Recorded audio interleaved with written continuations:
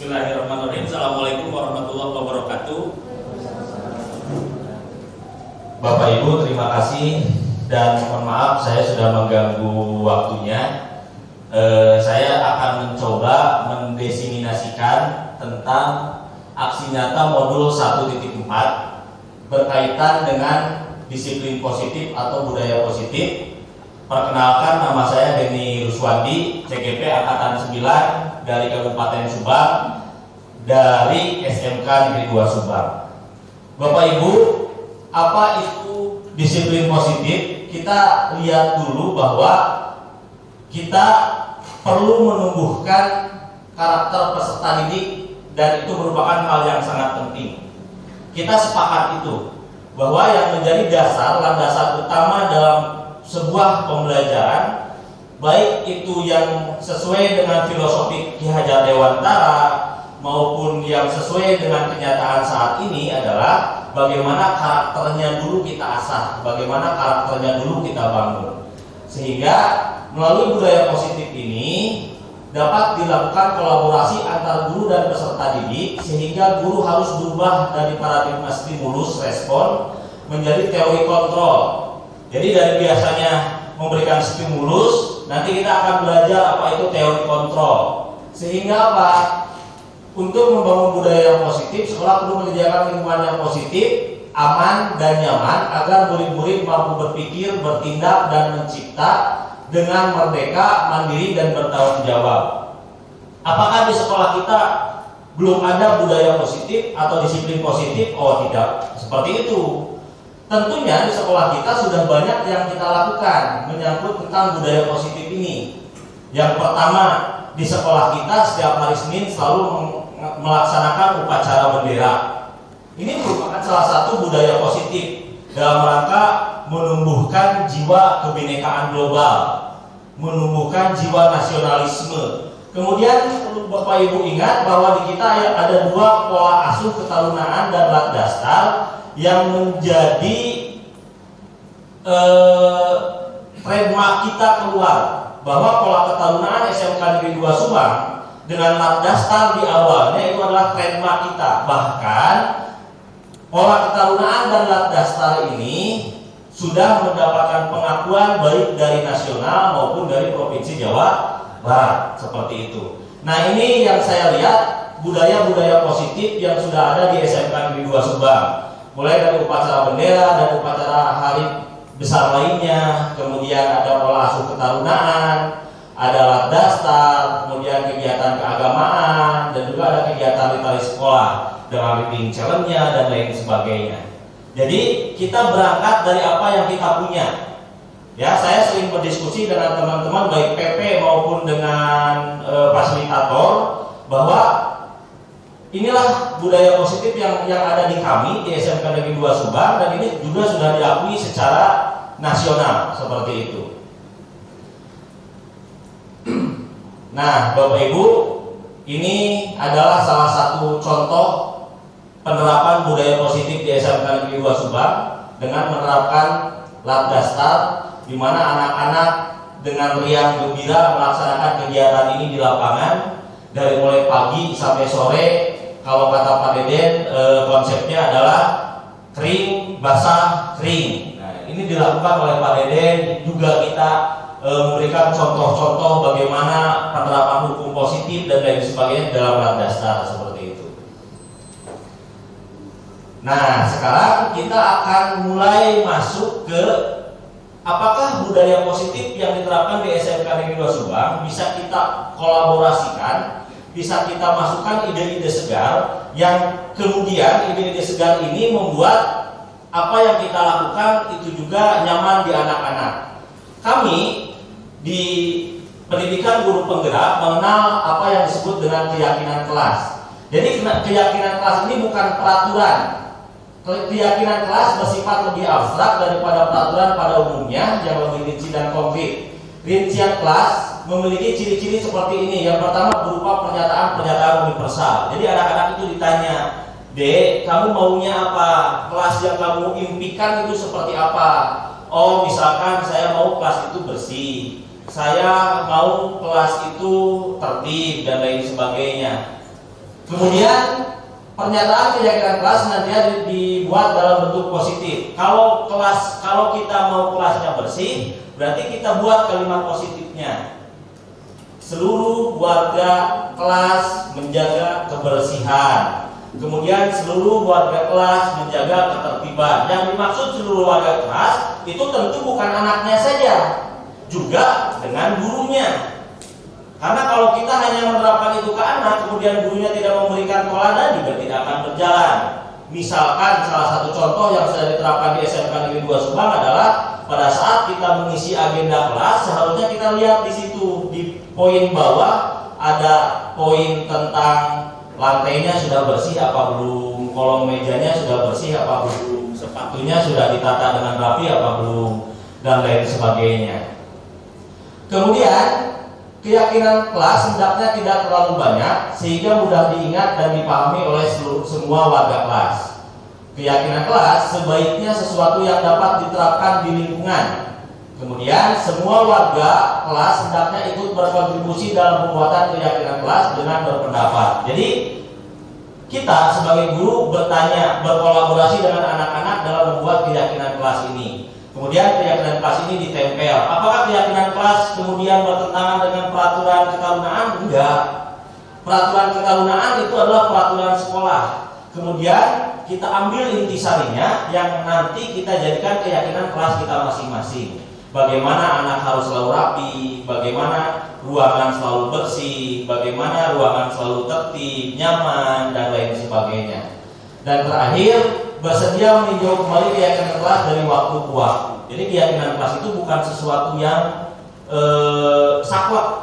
Oh ternyata setelah 3 bulan kita melaksanakan keyakinan kelas, ini ada yang perlu dirubah nih. Ternyata ini kurang cocok, tidak bisa diterapkan di lingkungan kita. Maka rubahlah. Karena keyakinan kelas itu justru untuk membuat nyaman semuanya. Jadi keyakinan kelas itu justru untuk membuat nyaman semuanya.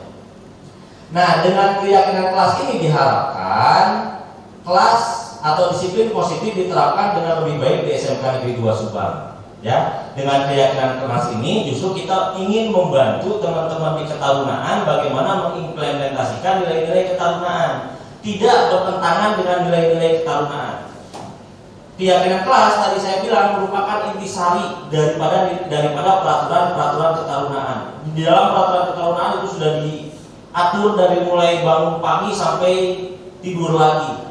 Nah, kita buat intisarinya di dalam keyakinan kelas, sehingga tugasnya Pak Deden atau teman-teman ketarunaan itu terbantu dengan adanya keyakinan kelas. Jangan sampai disalahartikan bahwa keyakinan kelas itu justru harus berbeda. Enggak, justru harus sama, harus seiring dengan peraturan-peraturan ketarunaan. Seperti itu Bapak Ibu. Ini poin keyakinan kelas yang menurut saya harus sama-sama kita pahami. Harus sama-sama kita pahami sehingga nanti ke depannya dengan adanya pendidikan guru penggerak itu justru sistem pendidikan karakter di SMK Negeri 2 Subang diharapkan semakin lebih kuat. Lebih kuat kenapa? Karena tadi disiplinnya itu disiplin positif, disiplin yang timbul dari kesadaran diri sendiri. Gurunya sadar, siswanya sadar atau tamunya sadar bahwa dia memang butuh disiplin, dia butuh jujur, dia butuh berkarakter dan lain sebagainya. Kita mulai dari kelas kita masing-masing, dari keyakinan kelas kita masing-masing. Apakah keyakinan kelas antara di ATU dengan di TSM akan berbeda? Silakan, boleh-boleh saja. Kenapa? Karena karakteristiknya juga mungkin berbeda. Pelayaran dengan perikanan atau dengan ATPH berbeda? Enggak. Karena keyakinan kelas ini dibangun berdasarkan kebutuhan daripada warga kelas. Seperti itu, Bapak Ibu. Keyakinan kelas ini kemudian juga dibangun berdasarkan nilai-nilai kebajikan atau kebijakan universal. Sehingga nanti mungkin Bapak Ibu bisa mencari referensi apa sih itu kebijakan universal, di mana ada nilai-nilai penghormatan, ada nilai-nilai kasih sayang, ada nilai-nilai saling menghargai, ada nilai-nilai kesadaran, ada nilai-nilai tanggung jawab dan lain sebagainya. Saya yakin Bapak Ibu sudah paham tentang itu. Kemudian saya lanjutkan mengenai apa sih untuk membuat keyakinan kelas ini bisa berjalan. Kita harus melihat 5 dasar kebutuhan manusia. Jadi supaya keyakinan kelasnya berjalan, supaya kelasnya nyaman, supaya kelasnya menyenangkan, supaya sekolahnya menjadi sekolah yang dirindukan, itu kita harus melihat ini 5 dasar kebutuhan manusia. Yang pertama, bertahan hidup. Ya, manusia akan mempertahankan hidupnya dengan cara apapun. Kemudian yang kedua, kasih sayang. Jadi kita butuh kasih sayang. Mungkin nanti kedepannya kita pola-pola penerapan disiplin positif ini dengan melihat kebutuhan anak tadi, butuh kasih sayang dan lain sebagainya. Kemudian yang ketiga, kebebasan. Makanya kurikulum kita sekarang adalah kurikulum merdeka dengan merdeka belajarnya.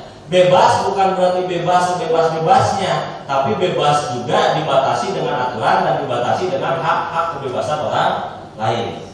Jadi bukan berarti ini kan bebas, sekarang itu bebas, nggak seperti itu. Jadi bebas kita juga dibatasi oleh aturan atau oleh keyakinan kelas kita, dan juga bebas kita dibatasi oleh hak-hak orang lain yang terikat kepada kita. Kemudian kesenangan dan penguasaan. Ini adalah 5 dasar kebutuhan manusia. Jadi pada saat kita menerapkan keyakinan kelas atau pada saat kita melaksanakan pembelajaran di dalam kelas, kita harus melihat ini. Oh, anak itu butuh kasih sayang. Kalau anak misalkan telat ke kelas, ditanya dulu dong apa masalahnya, sehingga anak itu telat ke kelas. Kalau anak itu alfa hari kemarin, ditanya dulu dong apa masalahnya sehingga dia alfa, sehingga kita tidak langsung menjudge, oh kamu salah. Karena dengan seperti itu anak-anak merasa bahwa dia tidak mendapatkan kasih sayang. Mungkin saja dia di rumah memang tidak mendapatkan kasih sayang, sehingga di sekolah dia mengharapkan kasih sayang yang lebih dan lain sebagainya. Kemudian misalkan anak-anak itu butuh kesenangan, buatlah suasana kelas yang menyenangkan bagi mereka. Buatlah sebuah komunikasi efektif antara guru dan murid-muridnya. Oh Pak, saya nanti boleh nggak kalau kelasnya saya beginikan dan lain sebagainya. Seperti itu. Nah, kita harus melihat dasar kebutuhan atau 5 dasar kebutuhan manusia dulu. Kemudian selanjutnya yang ingin sama-sama kita definisikan hari ini adalah posisi kontrol seorang guru. Kita yakin dan kita paham bahwa bagaimanapun kita tidak bisa mengontrol secara penuh murid-murid kita. Sehingga kita perlu memahami bagaimana sih kita sebagai guru meletakkan posisi kita dalam melaksanakan atau dalam memberikan pelayanan kepada peserta didik. Yang kami pelajari posisi kontrol ini ada 5. Yang pertama itu penghukum. Jadi seorang posisi kontrol penghukum, begitu anak salah langsung kamu salah, push up kamu salah, kemudian sit up kamu salah, tidak boleh masuk kelas saya.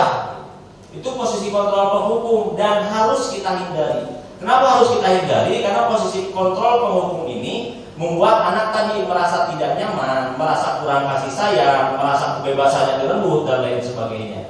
Tapi pada saat anak berbuat salah, tanya dulu, kamu kenapa dan lain sebagainya. Kemudian yang kedua, posisi kontrol membuat orang merasa bersalah. Si Denny mah telat deui. Denny mah, ibu sudah di kelas, kamu belum di kelas. Itu orang walaupun dia tidak mendapatkan hukuman dan lain sebagainya, tapi dia merasa aduh saya dan lain sebagainya. Nah, yang ketiga biasanya yang sering Bapak Ibu gunakan, mungkin tidak disadari sering kita gunakan adalah posisi kontrol sebagai teman, di mana pada posisi ini guru tidak akan menyakiti murid, namun akan tetap berupaya mengontrol murid melalui pendekatan persuasif. Kamu kenapa kemarin tidak masuk sekolah dan lain sebagainya. Tapi ada sisi jeleknya kalau kita melakukan posisi kontrol sebagai teman. Biasanya anak-anak kita kadang-kadang kebablasan. Jadi si bapak eta mah enaknya terus saya curah kasih bapak eta mah jadi hukum dan naon seperti itu. Nah, ini bukan berarti posisi kontrol sebagai teman tidak boleh diterapkan, boleh, tapi jangan sampai kemudian apa yang dilakukan membuat suasananya menjadi tidak nyaman akhirnya. Kemudian posisi kontrol yang keempat, memonitor atau sebagai pemantau. Jadi mengawasi saja. Ini orang yang lebih banyak diam, mengawasi, kemudian nanti lapor, oh ke guru ini, oh tadi saya lihat di kelas A, barudakna, barangur, dia tidak melakukan apa-apa. Nanti lapor ke mereka guru ini, bu tadi di kelas ini bu, anaknya begini, anaknya begini, dan lain sebagainya. Nah, terakhir yang diharapkan itu justru posisi kontrol kita sebagai manajer, di mana posisi manajer ini guru berbuat sesuatu bersama dengan murid, mempersilahkan murid mempertanggungjawabkan perilakunya, mendukung murid agar dapat menemukan solusi atas permasalahannya sendiri. Jadi, kalau kita memposisikan diri kita sebagai manajer, maka kita tanya dulu kebutuhan dia apa, kenapa dia melakukan kesalahan itu, kemudian bersama murid bebarengan bersama-sama untuk menemukan solusi yang paling tepat. D, kalau kamu seperti ini kesiangan terus, lalu solusinya apa? Kalau kamu kondisi di rumah seperti itu, biarkan murid dulu yang, oh Pak nanti kita begini, jangan dulu di-judge dan lain sebagainya.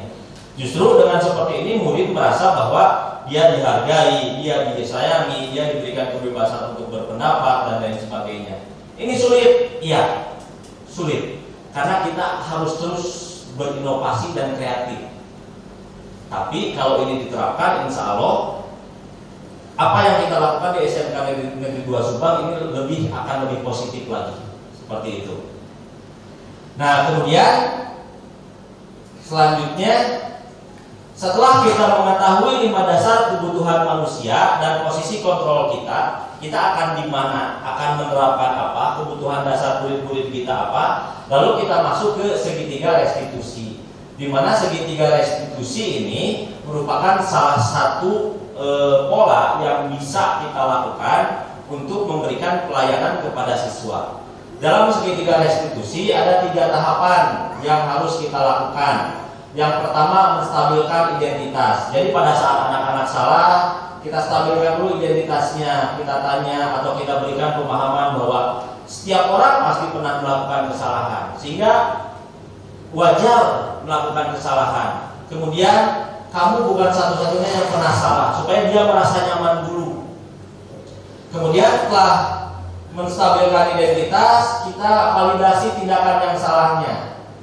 Oh, kamu tentu punya alasan kesiangan, kamu tentu punya alasan tadi tidak masuk kelas saya dan lain sebagainya. Kita tanya kepada dia, benar gak dia merasa bersalah atau tidak? Setelah kita validasi kesalahannya, dia mengakui kesalahannya. Kemudian yang ketiga, kita menanyakan keyakinan. Berdasarkan keyakinan kelas tadi yang kita buat di awal, keyakinan kelas apa yang telah kita sepakati.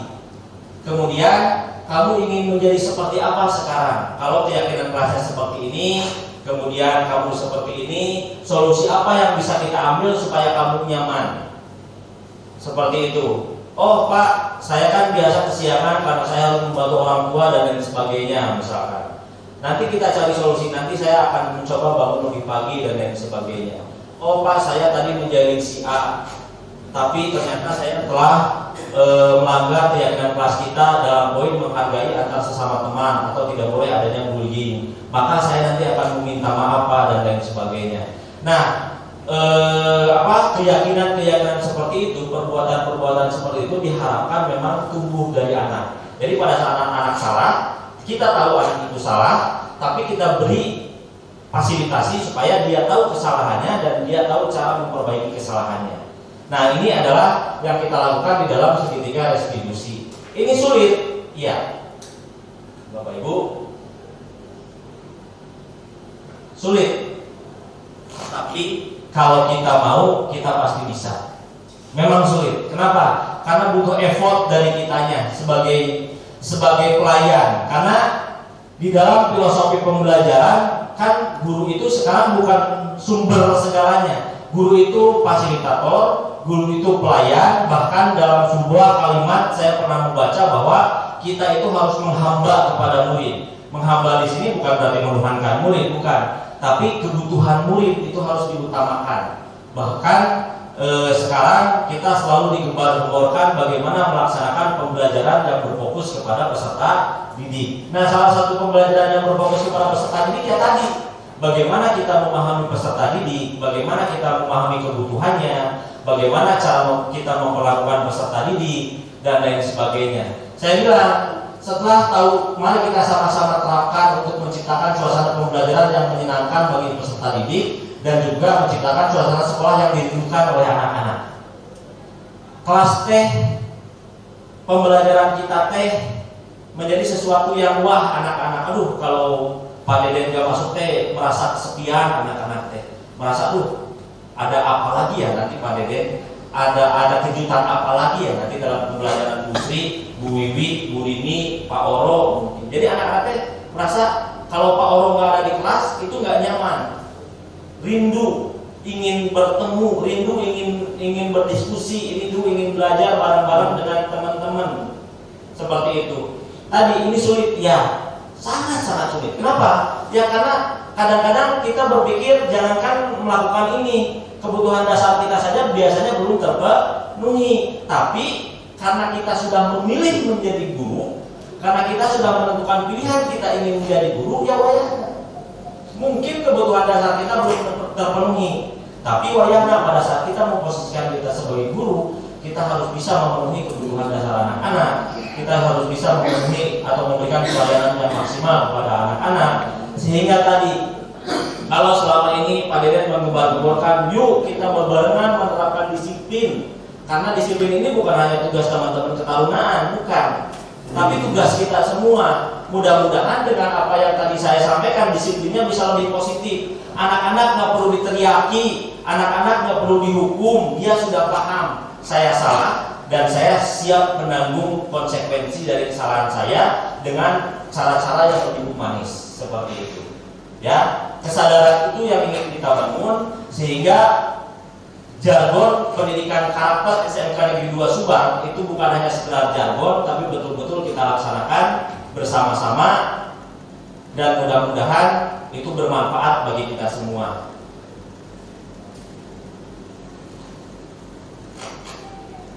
Demikian Bapak Ibu apa yang bisa saya sampaikan.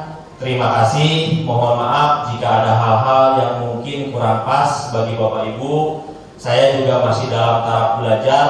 Mudah-mudahan apa yang saya pelajari hari ini bisa bermanfaat untuk diri saya pribadi, untuk SMK Negeri 2 Subang, dan untuk umumnya bagi masyarakat di sekitar saya. Terima kasih. Saya akhiri. Assalamualaikum warahmatullahi wabarakatuh. Kalau ada pertanyaan boleh satu atau dua orang. Silakan Bu.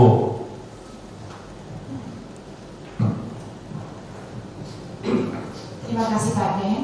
Saya mungkin bukan bertanya tapi mungkin usul gitu ya. Siap. Setiap dapat diseminasi dari CGP calon guru penggerak selalu diawali dengan keyakinan kelas. Siap. Nah, kalau semuanya punya keyakinan, bukan keyakinan kelas mungkin sekarang, keyakinan sekolah. Disiplin diawali dari keyakinan sekolah dan keyakinan diri tentunya ya. Keyakinan diri, kemudian belajar keyakinan diri, semuanya punya keyakinan yang bahwa ini bermanfaat untuk dirinya dan nanti. Itu setiap peserta didik mempunyai keyakinan diri seperti itu. Saya rasa tidak akan ada anak-anak yang datang terlambat, tidak akan ada siswa-siswa kita itu yang putus di tengah jalan dan seterusnya. Dan itu juga bukan hanya untuk peserta didik, tapi untuk Bapak Ibu guru juga harus punya keyakinan, karena masih ada 1-2 Bapak Ibu yang belum punya keyakinan diri sepertinya ya. Masih ada yang kadang ujian-ujian tidak masuk sekolah, langsung aja ke kelas, kemudian memberikan tugas tanpa mau berkoordinasi, padahal tidak apa-apa koordinasi, tidak akan saya kasih hukuman dan sebagainya. Kalau koordinasi itu setidaknya, yuk anak-anak yang di kelas tidak hanya mengerjakan tugas sendiri, tapi dipandu oleh Bapak Ibu guru yang tidak ada jadwal gitu ya, sehingga anak-anak akan lebih terlayani. Sehingga datang ke sekolah itu anak-anak tidak hanya dibiarkan mencatat dan sebagainya bebas. Itu mungkin sebagai anak-anak bahagia, tetapi anak-anak yang paham tentang pembelajaran tentu itu akan merupakan suatu kehilangan pelayanan. gitu ya. Kan kita mau menginginkan pembelajaran yang bermakna dan menyenangkan. Jadi gimana bermaknanya kalau Bapak Ibu juga masih belum punya keyakinan diri, itu ya. Kemudian peserta didik kita, yuk diciptakan keyakinan dirinya bahwa yang dilakukan saat ini itu akan bermanfaat untuk paling tidak untuk saat ini dan untuk masa depannya, gitu ya. Sehingga kalau ada keyakinan diri di setiap warga, khususnya SMK Negeri 2 Subang, maka pembelajaran yang bermakna dan menyenangkan akan mudah terbentuk. Jadi bagaimana triknya dari teman-teman CGP biar jangan hanya keyakinan kelas saja, keyakinan sekolah, gitu ya Bu ya, dan Pak Dedi dan kawan-kawan. Terima kasih. Assalamualaikum warahmatullahi wabarakatuh. Waalaikumsalam warahmatullahi wabarakatuh. Pernyataan yang sangat bagus. Kita beri applause dulu teman-teman untuk Bu ini. Betul teman-teman. Jadi keyakinan ini ya memang harus dari kita. Awalnya dari kita sebagai guru, dari kita untuk anak-anak dan lain sebagainya. Sehingga mungkin nanti ke depannya kita butuh dukungan juga dari teman-teman semua bagaimana kita membuat keyakinan sekolah. Apa sih yang harus dilakukan oleh kita sebagai guru untuk tadi memberikan pelayanan yang paling baik untuk anak-anak. Tadi dasarnya adalah sekolah kita itu sebenarnya brandnya sudah sangat bagus. Kita sudah punya pola asuh ketarunaan, kita sudah punya latdastar, kita sudah punya kegiatan-kegiatan yang lain. Apakah dengan wacana atau dengan media-media itu kita bisa membuat keyakinan diri bahwa oh ya kita bisa minimal tadi Bu Rini itu meminta hanya koordinasi minimal. Itu kan keyakinan minimal bahwa saya bisa koordinasi WMA. Saya kan orang yang paling sering meninggalkan kelas. Tapi yang minimal saya laporan ke jurusan Kabuten saya nggak bisa masuk karena ada tugas ini. Kabu Beta saya laporan ke Kapolda TPH ya. Bu Betanya sebagai Kapolda TPH tentunya. Saya laporan Bu Beta, saya tidak bisa masuk besok, ini tugasnya sudah saya sediakan. Anak-anak harus begini. Nanti tugasnya dikumpulkan lewat link ini dan lain sebagainya. Ke Bu Rini, Bu, saya besok mau ke SMK ini, mohon maaf tugasnya sudah saya serahkan ke teman-teman yang lain. Kan seperti itu. Dan saya yakin Bu Rini juga akan sangat paham. Justru dengan seperti itu komunikasi yang efektif, komunikasi yang baik akan timbul keyakinan dalam diri kita dan saya sangat yakin bahwa teman-teman itu justru yakin bisa berkolaborasi dan kerjasama. Kalau saya tidak masuk kan yang IPA, kadang-kadang Pak Maman, kadang-kadang Bu Epa, kadang-kadang Bu Teni, kadang-kadang Bu Rahipa yang tidak nyambung dengan pelajaran saya sebetulnya. Tapi dengan keyakinan kita bahwa kita bisa berkolaborasi, kita bisa berkoordinasi, Pak Reski, taros dan Pak Reski pun kan berbantuan dari gitu. Ya, kita yakin kita bisa berkolaborasi, kita bisa bekerja sama supaya apa? Supaya tadi kata Bu ini, supaya anak-anak bisa terlayani dengan baik. Karena anak-anak itu bukan seberapa banyak materi yang dia dapatkan, tapi seberapa banyak pengalaman belajar yang dia dapatkan. Jangan sampai pengalaman belajarnya di SMK Negeri 2 Subang itu adalah pelor, nempel, molor.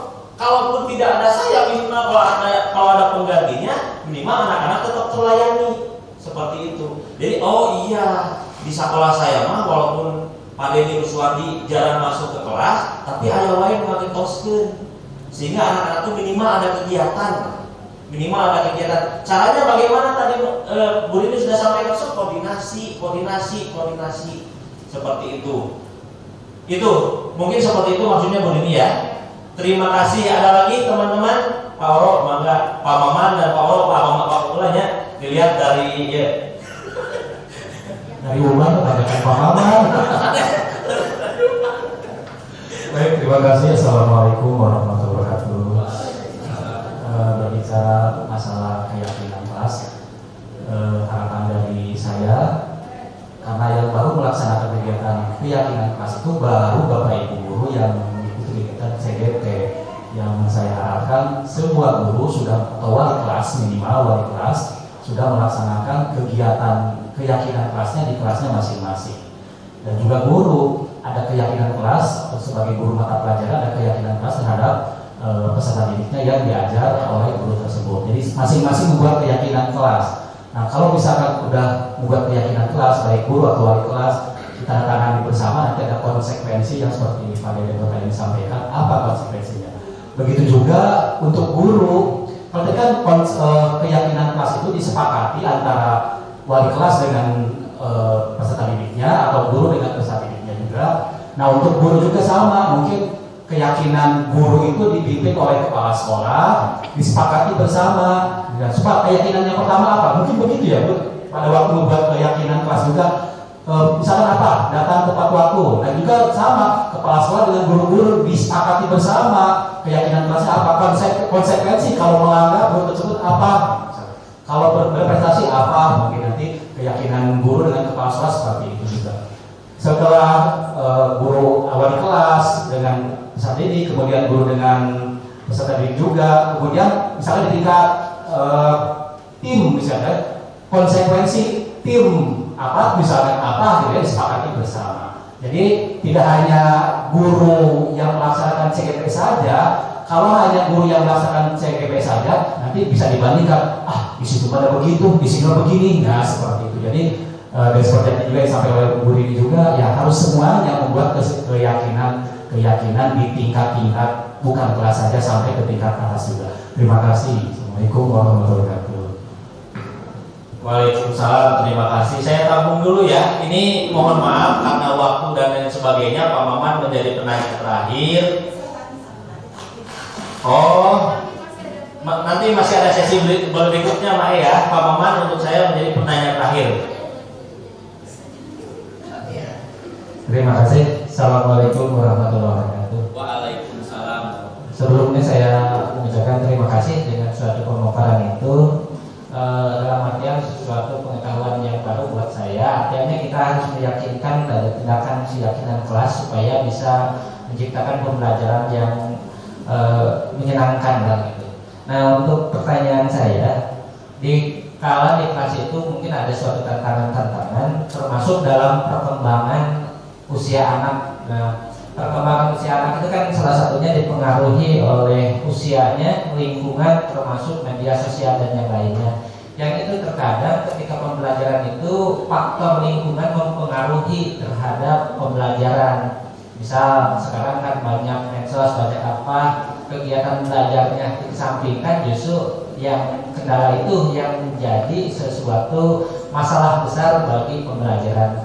Nah, oleh sebab itu, pertanyaan saya, bagaimana menurut Bapak berkaitan dengan masalah-masalah itu yang menjadi kadang-kala batu sandungan ketika mengajar? Kita yakin gurunya sudah ingin memberikan materi sebaik mungkin, menciptakan situasi belajar yang kondusif, tapi anaknya terpengaruhi oleh faktor-faktor lingkungan yang tidak positif gitu. Mungkin itu Pak. Terima kasih. Assalamualaikum warahmatullahi wabarakatuh. Waalaikumsalam. Kita beri aplaus dulu untuk Pak Oro dan Pak Maman. Baik, saya akan mencoba dulu. Ini bukan jawaban, ini sebuah harapan Pak Oro ya. Tadi saya bilang nanti pada suatu kesempatan mungkin jika kami juga sudah betul-betul bisa siap untuk mendefinisikan ini kepada seluruh warga sekolah, kami meminta dukungan dari manajemen, dari Wakadika, dari Bapak Kepala Sekolah. Kita sama-sama buat keyakinan sekolah. Keyakinan sekolah itu yang nanti akan menjadi rumusan bagaimana kita memberikan pemahaman kepada peserta didik seperti itu. Kemudian yang kedua Pak Maman, yang kedua tadi betul anak-anak kita ini sekarang sudah banyak dipengaruhi oleh lingkungan, bukan hanya lingkungan tempat tinggalnya yang secara nyata, juga lingkungan di dunia maya menurut saya yang lebih berbahaya. Nah, saya sendiri sekarang sudah mulai menerapkan pembelajaran berbasis teknologi, tapi bukan berarti anak-anak harus bawa HP. Anak-anak harus bawa HP, bukan. Saya memberikan pelayanan kepada anak dengan pembelajaran yang normal, biasa, tapi nanti dia mengumpulkan tugasnya lewat media sosial yang dia punya dan dikaitkan dengan media sosial saya. Tujuannya pertama apa? Mereduksi dia menggunakan gadget atau HP-nya itu untuk kegiatan-kegiatan yang tidak bermanfaat. Mereduksi ya. Kalau misalkan menghilangkan sepenuhnya belum bisa, tapi mereduksi. Dan alhamdulillah yang saya rasakan, kadang-kadang anak jam 8, jam 9 itu masih WA dengan saya, Pak, ini seperti ini boleh nggak? Saya sudah kirim ke IG Bapak dan lain sebagainya. Dan saya memberikan respon kepada anak-anak atau memberikan penghargaan kepada anak-anak jika postingan-postingan terbaik itu nanti saya share lagi di IG saya dan juga di IG sekolah. Seperti walaupun di IG sekolah hanya menjadi status IG karena kolaboratornya hanya dengan saya seperti itu. Tujuannya apa tadi? Untuk mereduksi penggunaan gadget yang berlebihan anak untuk kegiatan-kegiatan yang tidak penting. Kemudian sebetulnya ada satu lagi, bagaimana untuk mereduksi di lingkungan sekitar, karena kita kan sebagai guru hanya punya posisi kontrol paling 8 jam di sekolah, di lingkungan lebih lama. Nah, kita sebagai seorang guru dan mungkin juga wali kelas kalau di SMK itu bisa terus berkolaborasi dengan orang tua, minimal terus berkomunikasi efektif dengan orang tua. Ibu, bapak begini, kalau ada informasi begini begitu nanti disampaikan ke orang tua, tetapi harus efektif. Efektif itu bagaimana? Jangan semua informasi yang dari sekolah kemudian di-share mentah-mentah ke orang tua. Karena kadang-kadang apa? Kadang-kadang informasi yang dari sekolah itu untuk kita, bahasanya untuk kita, bahasanya untuk guru-guru, bahasanya untuk tenaga pendidik. Sehingga tugas Bapak Ibu adalah bagaimana mengefektifkan komunikasi itu, mereduksi kata-kata yang tadinya untuk guru menjadi untuk masyarakat. Nah, seperti itu pola-pola yang sudah kita lakukan sebenarnya di SMK Negeri 2 Subang, Pak Roya, Pak Maman. Tadi kalau saya sendiri, kan kita sudah sepakat. Kesepakatan sekolah kita adalah anak-anak dilarang membawa HP. Itu kesepakatan sekolah yang tidak boleh kita langgar. Walaupun ada ada kondisi-kondisi tertentu yang memperbolehkan. Tinggal laporan ke Pak Deden, laporan ke Bu Rini, Pak, pembelajaran saya nanti bawa HP tanggal sekian, jam sekian ke sekian. Nanti saya minta ke wali kelasnya untuk dikumpulkan. Tapi kan tidak mungkin tiap minggu seperti itu. Makanya saya dengan anak-anak sepakat. Yuk, pembelajarannya normal, tapi nanti pada saat kalian mengumpulkan, kalian bisa lewat IG, bisa lewat Canva, bisa lewat WA, bisa lewat YouTube dan lain sebagainya. Alhamdulillah, saya semester kemarin mengalami kesulitan untuk mengumpulkan tugas dari anak.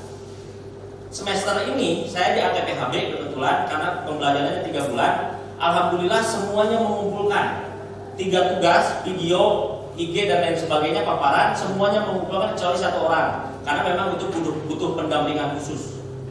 Dengan pola-pola seperti itu, kita tidak menyuruh anak bawa HP ke sekolah, tapi kita mereduksi penggunaan HP di rumah untuk hal-hal yang kurang bermanfaat. Seperti itu mungkin yang bisa kita sharing hari ini. Mudah-mudahan kedepannya kita bisa lebih sharing, kita lebih banyak sharing yang bermanfaat. Tadi tujuannya seperti yang Poro sampaikan, bagaimana kalau kita nanti membuat keyakinan sekolah yang diawali oleh kata berdiri dari keyakinan individu kita masing-masing, sehingga keyakinan itu betul-betul kita pahami, keyakinan itu betul-betul memang memang itu kebutuhan kita, sehingga kita bisa melaksanakan bersama-sama.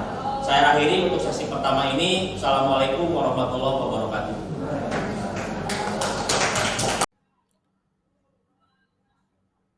Bismillahirrahmanirrahim. Bapak Ibu, kita masuk ke sesi kedua dari presentasi saya hari ini tentang budaya positif. Tadi pada saat break sudah ada beberapa orang yang secara khusus berkomunikasi dengan saya, berdiskusi dengan saya mengenai apa sih sebenarnya tujuan besar dari penerapan budaya positif ini, bahwa kenapa budaya positif ini kemudian digembar-gemborkan dan lain sebagainya. Saya akan coba untuk membahas terlebih dahulu tujuan besar daripada budaya positif ini, Bapak Ibu. Jadi tujuan besar dari budaya positif ini adalah untuk mewujudkan profil pelajar Pancasila. Kita tahu bahwa profil pelajar Pancasila adalah profil lulusan yang bertujuan menunjukkan karakter dan kompetensi yang diharapkan diraih dan menguatkan nilai-nilai luhur Pancasila, baik itu untuk peserta didik maupun untuk pemangku kepentingan, termasuk kita di dalamnya. Jadi, seperti yang saya jelaskan di awal di sesi 1, bahwa profil pelajar Pancasila atau budaya positif ini itu bukan hanya berlaku untuk siswa, tapi juga harus dilakukan oleh kita sebagai guru juga oleh siswa, sehingga budaya positif ini akan mempengaruhi lingkungan sekolah kita, komunitas sekolah kita, sehingga bisa mewujudkan profil pelajar Pancasila. Apa itu profil pelajar Pancasila? Seperti saya sampaikan, merupakan bagian dari visi Kementerian Pendidikan dan Kebudayaan yang tertuang dalam rencana strategis tahun 2020 sampai 2024, yakni mewujudkan Indonesia maju yang kuat, mandiri, dan berkepribadian melalui terciptanya pelajar Pancasila. Profil pelajar Pancasila adalah perwujudan pelajar Indonesia sebagai pelajar sepanjang hayat yang memiliki kompetensi global dan berperilaku sesuai dengan nilai-nilai Pancasila dengan 6 ciri utama. Jadi ada 6 ciri utama Bapak Ibu, bahwa yang pertama itu beriman, kemudian bertakwa kepada Tuhan Yang Maha Esa, berakhlak mulia, berkebudayaan global, bergotong royong. Saya ulangi, 6 ciri utama yaitu beriman, bertakwa kepada Tuhan Yang Maha Esa, berakhlak mulia, berkebinekaan global, bergotong royong, mandiri, bernalar kritis, dan kreatif. Atau kita mengenalnya sebagai dimensi profil pelajar Pancasila. Keenam karakteristik ini terwujud melalui pengembangan nilai-nilai budaya Indonesia dan Pancasila yang merupakan fondasi bagi segala arahan pembangunan nasional.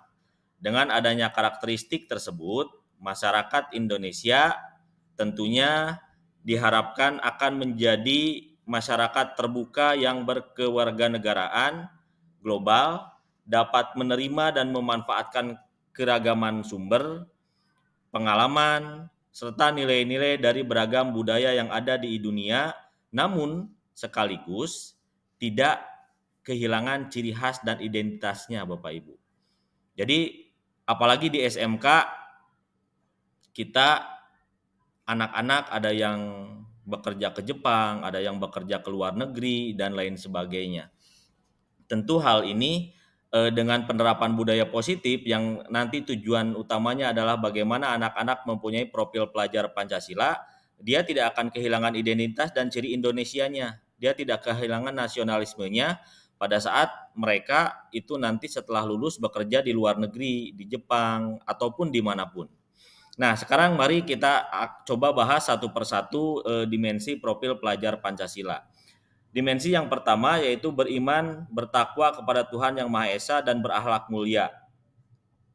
Di mana diharapkan dengan dimensi ini pelajar Indonesia yang menghayati keberadaan Tuhan dan selalu berupaya mentaati perintah serta menjauhi larangan sesuai dengan ajaran agama dan kepercayaan yang dianutnya. Beriman dan bertakwa kepada Tuhan Yang Maha Esa diwujudkan ke dalam akhlak yang mulia, baik dalam beragama, akhlak yang baik kepada diri sendiri, kepada sesama manusia, kepada alam, dan kepada negara yang kita cintai, Republik Indonesia. Nah, itu yang diinginkan dari dimensi pertama profil pelajar Pancasila tentang beriman dan bertakwa kepada Tuhan Yang Maha Esa dan berakhlak mulia. Kemudian dimensi yang kedua yaitu berkebinekaan global, di mana berkebinekaan global ini diharapkan pelajar Indonesia yang berkebinekaan global memiliki identitas diri yang matang, mampu menunjukkan diri sebagai representasi budaya luhur bangsanya, sekaligus memiliki wawasan serta keterbukaan tentang eksistensi ragam budaya daerah, nasional, dan global. Pelajar Indonesia memiliki sikap menghormati keberagaman dan toleransi terhadap perbedaan. Untuk mencapai berkebinekaan global, pelajar Indonesia harus dapat mengenal dan menghargai budaya, dapat berkomunikasi dan berinteraksi antar budaya, berefleksi dan bertanggung jawab terhadap pengalaman kebinekaan serta berkeadilan sosial. Bapak Ibu, kita tahu kondisi bangsa ini bahwa bangsa Indonesia merupakan bangsa yang beragam.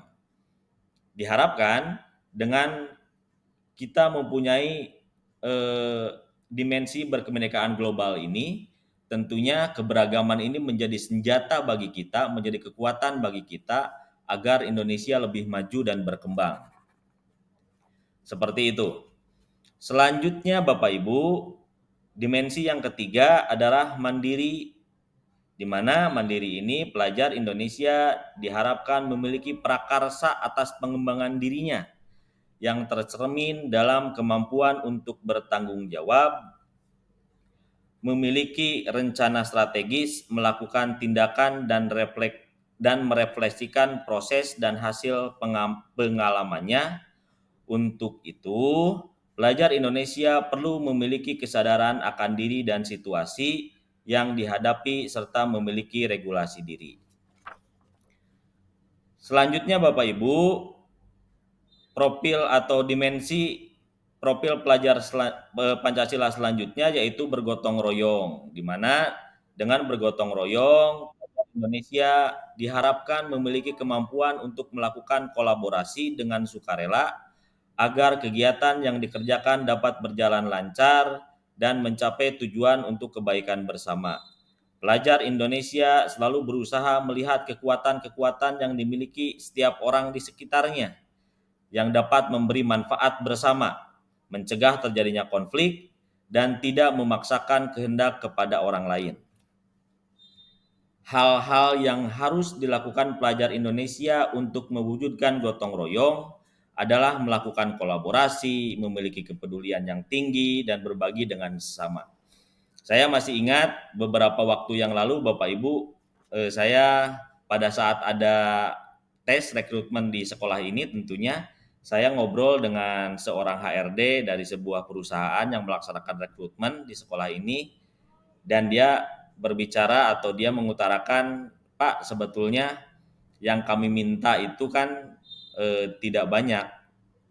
Kami tidak mendahulukan kompetensinya harus bagus, tapi kami justru ingin agar karakternya yang bagus.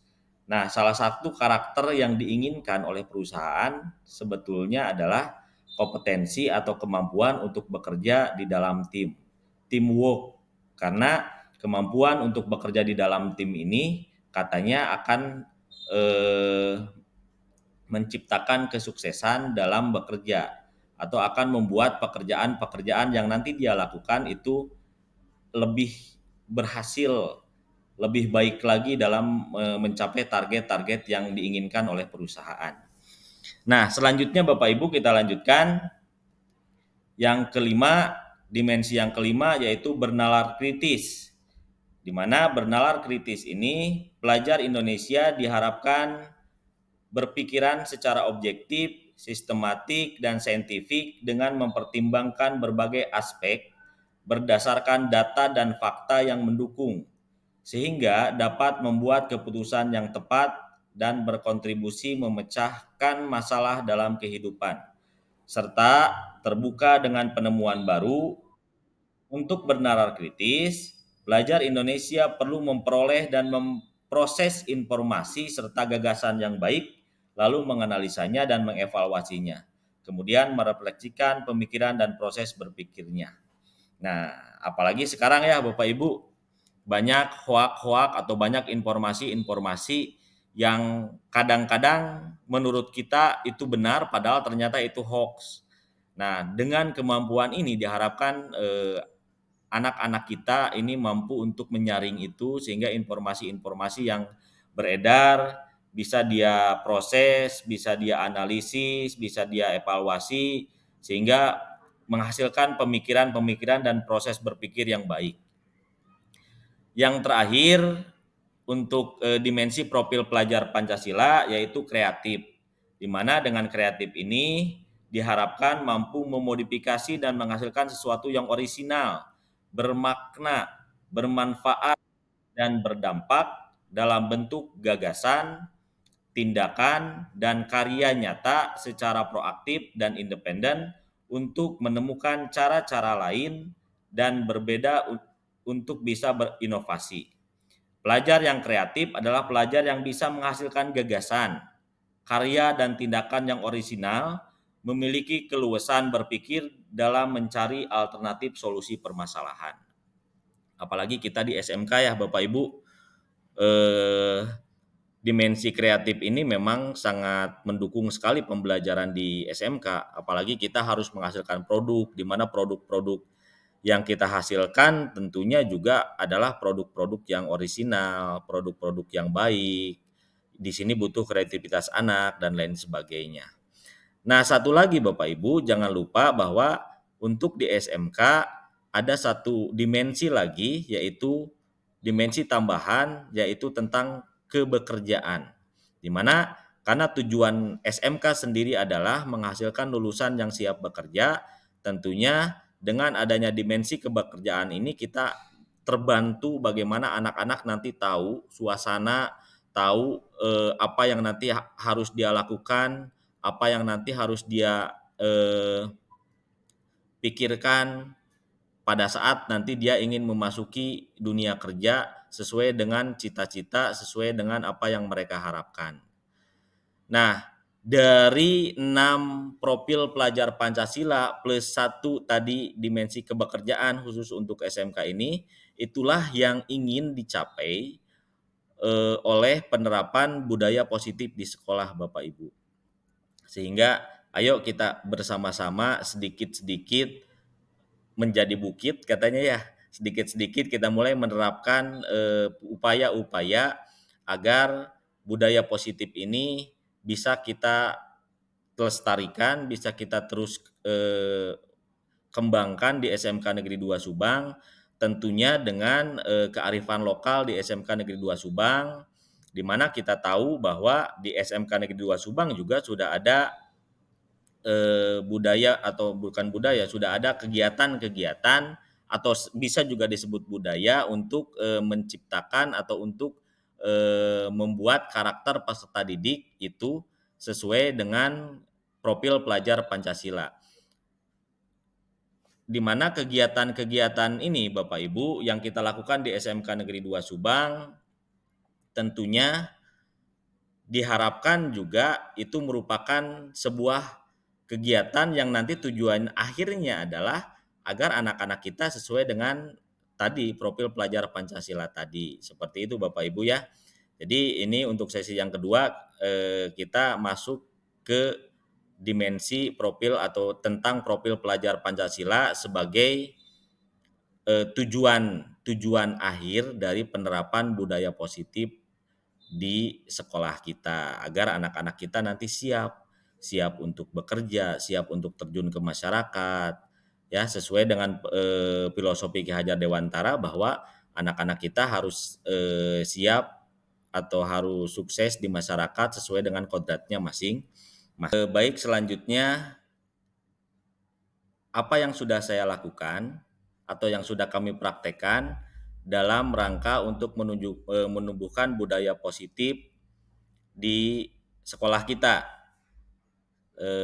Saya sendiri sudah melakukan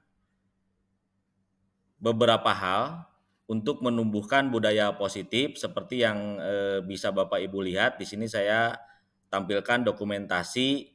Yang pertama yaitu saya menyusun keyakinan kelas dengan beberapa siswa di kelas yang saya ampu Bapak Ibu, di mana dalam prosesnya saya bertanya atau melakukan curah pendapat dengan siswa atau dengan taruna kita, apa sih sebetulnya harapan atau keinginan supaya kelas itu menjadi tempat yang nyaman, tempat yang menyenangkan untuk kegiatan pembelajaran. Nah, alhamdulillah banyak dari taruna-taruna kita yang menyampaikan pendapatnya Bapak Ibu. Bagaimana mereka mengharapkan kelas yang A, kelas yang B, kelas yang C, seperti itu Bapak Ibu. Nah, dengan seperti itu justru kita menjadi lebih yakin bahwa ternyata mereka punya mimpi atau punya keinginan yang besar agar pembelajaran itu bisa menyenangkan.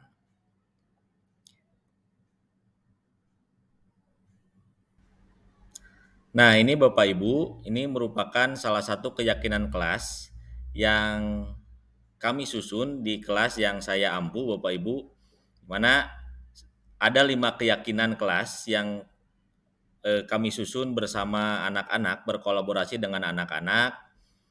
Yang pertama yaitu selalu datang tepat waktu dan mengumpulkan tugas tepat pada waktunya. Di mana kita tahu Bapak Ibu, anak-anak kita kadang-kadang agak sulit mengumpulkan tugas pada waktunya, tapi mereka memberikan keyakinan bahwa mereka bisa ternyata untuk mengumpulkan tugas tepat pada waktunya. Kemudian yang kedua, saling menghargai dan siap bekerja sama dengan semua teman. Yang ketiga, siap untuk melaksanakan piket kebersihan sesuai jadwal dan membuang sampah pada tempatnya. Kemudian, keempat, membantu teman yang sedang kesulitan. Yang kelima, menjaga kerapihan dan kebersihan pakaian korps. Dan terakhir, yang keenam, menyimpan kembali peralatan atau alat praktik pada tempatnya. Nah, keyakinan-keyakinan ini diharapkan nanti bisa diterapkan oleh anak-anak di kelas, walaupun nanti akan kita evaluasi dari waktu ke waktu apa keyakinan ini masih relevan dengan keadaan pembelajaran yang dilaksanakan. Selanjutnya Bapak Ibu, yang sudah saya lakukan adalah penerapan segitiga restitusi, di mana ada sebuah kejadian di kelas di mana ada seorang taruni yang merasa tidak nyaman karena dia bahasa kita diejek oleh temannya yang mendapatkan nilai lebih tinggi daripada dia seperti itu. Sebetulnya dua orang ini adalah dua orang sahabat yang terbiasa melakukan aktivitas sehari-hari dengan baik gitu ya. Nah, pada saat saya ke kelas pada saat itu, kemudian saya melihat si taruni ini sedang murang-maring seperti itu dan tampak murung. Kemudian saya bertanya kepada taruni ini apa yang terjadi. Nah, kemudian dari situ saya coba untuk melakukan segitiga restitusi baik dengan dia maupun dengan rekannya yang menurut dia melakukan hal-hal yang tidak dia inginkan atau tidak dia senangi, yaitu dia sedikit mengejek karena nilai rekannya ini dirasa lebih tinggi daripada dia gitu seperti itu. Nah, penerapan ini coba saya lakukan. Alhamdulillah setelah saya melakukan penerapan segitiga restitusi pada kasus ini, kedua orang taruna atau taruni ini juga bisa kembali melakukan aktivitas bersama dengan baik dan ceria, walaupun dalam pelaksanaannya memang ada berbagai kendala karena belum terbiasanya taruna-taruni kita dibiasakan dengan menggunakan penerapan segitiga restitusi ini. Taruna-taruna kita kadang-kadang merasa heran, kok Pak Denny jadi seperti ini ya katanya. Kok seperti ini, tapi ternyata setelah saya ajak ngobrol dan lain sebagainya, terdapat pemahaman-pemahaman yang bisa dilakukan sehingga nanti diharapkan segitiga restitusi ini secara bertahap kita terapkan di sekolah kita agar anak-anak merasa nyaman di sekolah. Selanjutnya Bapak Ibu, dari semua yang sudah saya lakukan, muaranya adalah bagaimana budaya positif di SMK Negeri 2 Subang ini kita lakukan bersama-sama. Kita lakukan bersama-sama, baik itu tadi penerapan keyakinan kelas, kemudian juga penerapan segitiga restitusi dan lain sebagainya. Bapak Ibu kita coba sedikit demi sedikit kita terapkan dengan tidak mengurangi apa yang sudah dilakukan di SMK Negeri 2 Subang. Apa maksudnya? Kita sudah punya beberapa kegiatan atau beberapa program yang kita lakukan dalam rangka untuk menumbuhkan karakter peserta didik kita, taruna-taruni kita supaya mereka nantinya sesuai dengan yang diharapkan, yaitu bisa diterima atau bisa langsung siap bekerja sesuai dengan tujuan pembelajaran di SMK. Nah, nanti coba kita kolaborasikan bagaimana penerapan-penerapan itu dengan apa yang sudah ada di SMK Negeri 2 Subang. Sehingga diharapkan dengan kolaborasi ini, dengan menerapkan keyakinan kelas pada anak-anak di kelas atau pada kegiatan Latdastar atau pada kegiatan pola asuh ketarunaan, kemudian kita melakukan segitiga restitusi untuk penanganan masalah yang terjadi pada taruna, penanganan masalah yang terjadi pada saat Latdastar.